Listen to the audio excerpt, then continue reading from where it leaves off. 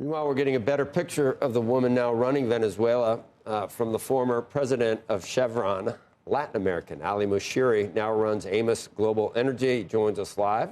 Can also explain what has to happen for Venezuela to ramp up oil production. It's hard, and it's welcome, Ali. Thanks for joining us this morning to tell us what you know. She seemed, I mentioned, cut from the same cloth. I mean, she is a socialist, and I mean, her brother was a top strategist for Maduro, so it doesn't seem like much of a difference. But you think she's got the best chance of being able to stay in power at this point in Venezuela? Good morning and Happy New Year to everyone. You know, you got to consider that what do we need in Venezuela right now? You need someone that understands the current system, be able to communicate with the big institutions, which number one is military, the other one is PDVSA. Looking at that, you got to find that individual, and you got to look for that individual within the system. Because Venezuela, from the political aspect of it, has been divided. The one side was Maduro system, the other one was opposition. Any radical changes to come to the system, it would definitely create insecurity and huge gap in the political and social system.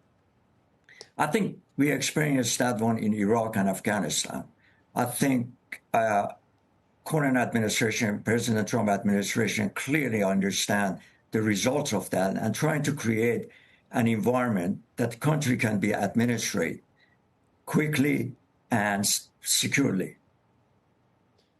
Ali, it's been pointed out, it's well documented, how really poorly the very rich abundance of oil, how that's been handled in recent years in Venezuela, and you can blame it on socialism, blame it on whatever you want. She ran the state-owned oil and gas company, PDVDA. Why would we think a better outcome was likely from where we are? Because it's obviously it's a tragedy for Venezuela and for the world. What has happened with production down there? You're absolutely right. I mean, Venezuela is rich in oil and gas. Got the largest reserve from the oil side, and I think got the largest reserve on the gas side, got mineral and so forth. The mismanagement of the natural resources has been a big issue in Venezuela. It goes back a couple of decades before, how it was managed, the role that international company played, and so forth.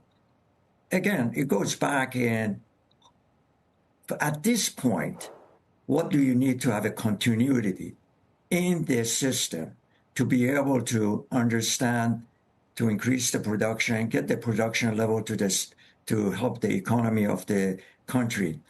You know, it's a very complex system, and she understands it. I'm not saying she's going to be the best person to run PDVSA, but she understands it. She can bring a kind of calmness into the system. Of course, she needs 110% support from the United States and also influence from the United States. Therefore, our expectation is that we're going to see technology, services, investment flow into the Venezuela and be able to establish what you're asking for. But it's going to take a while. You're going to see an effective, efficient PDVSA in the future. Ali, that was my question. President Trump says that the major U.S. oil companies are prepared to step in and, I guess, potentially spend billions of dollars. Is that what you anticipate is happening? We're watching Chevron shares today. They're up by 6%. ConocoPhillips up by 5.5%, and ExxonMobil up by about 3%.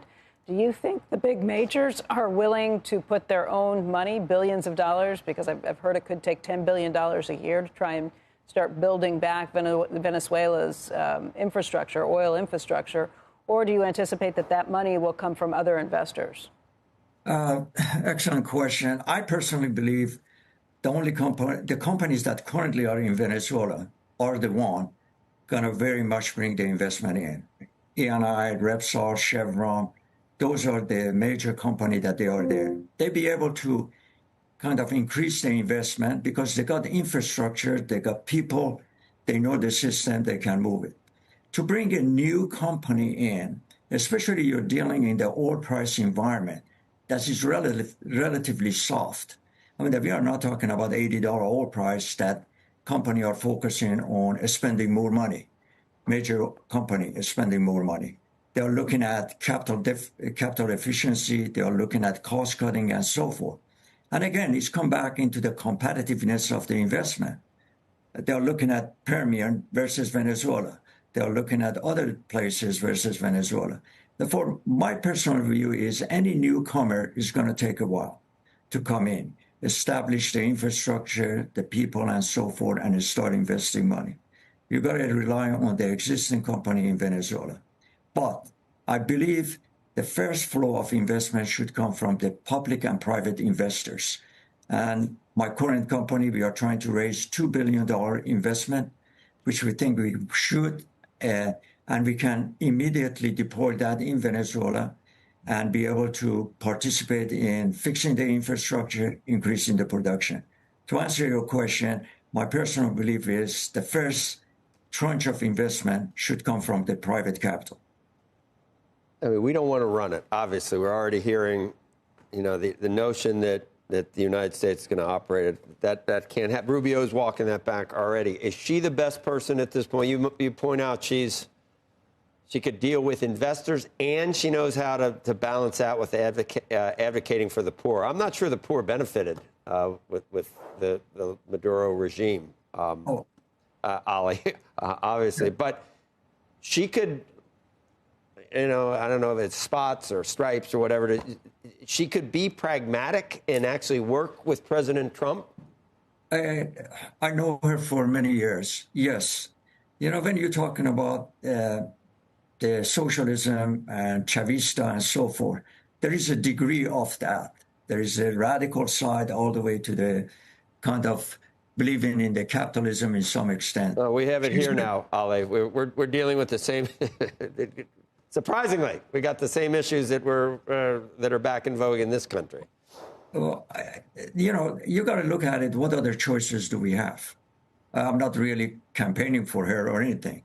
I think that's a decision people of Venezuela and U.S. government got to make. Who is the best?